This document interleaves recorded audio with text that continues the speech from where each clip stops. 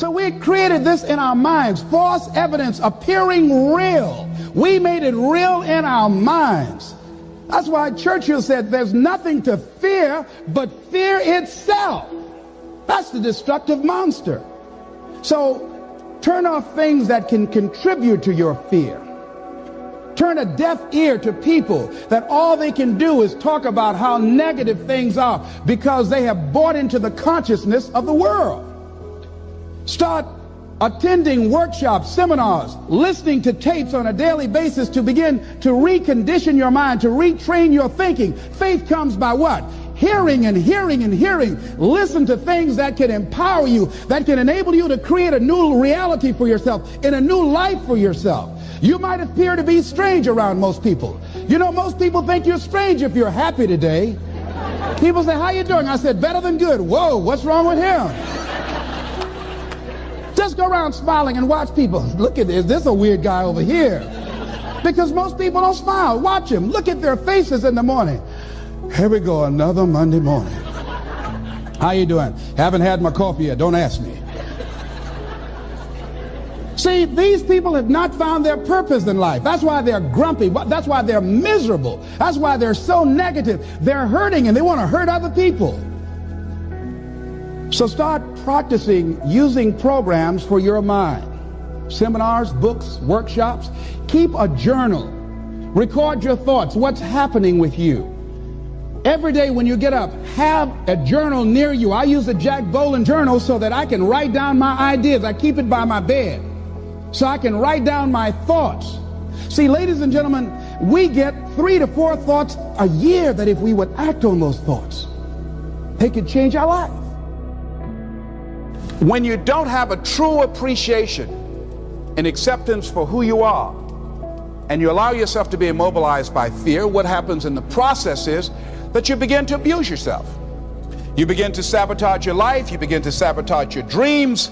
You begin to unconsciously work against yourself. You become your own worst enemy. So what do you do about that? Well, you begin to realize that your dream and your gifts have so much meaning and so much value for you till your hunger for them will begin to push you past the fear. Your hunger to have them will give you a special drive. As you work on yourself, as you begin to acknowledge your true identity, the true power that you have, the true capacity you have to bring about change, the miracle working power that you have within yourself to do the things that you want to do.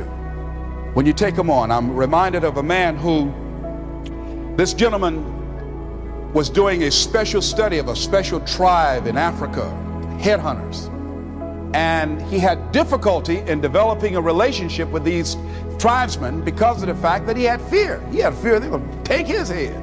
So he worked there for a long time with no effort, no progress in developing a relationship and rapport and being able to achieve a level of trust.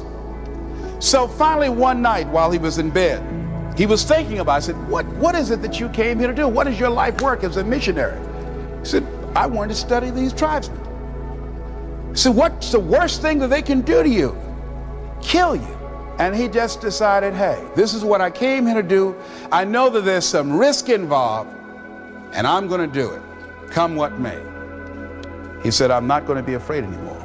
He went back the next day, and he started doing the work and trying to talk to and interview many of the members of this tribe. And they began to respond to him. They threw out the welcome mat to him. And years later, when people came to see what his progress was, they asked him, how were you able to do this? How did you convert the relationship from being hostile to that of being positive? And he said something I think has value for all of us. He said, when life can no longer threaten you with death, he said, what else is there? And the majority of the fears that we have are not life or death fears. They're not those kind of fears. But through our imagination, we blow them out of proportion and we give them more power than they actually have or deserve, and we permit them to govern our lives. We permit them to determine how far we can stretch out on our dreams and discovering our stuff.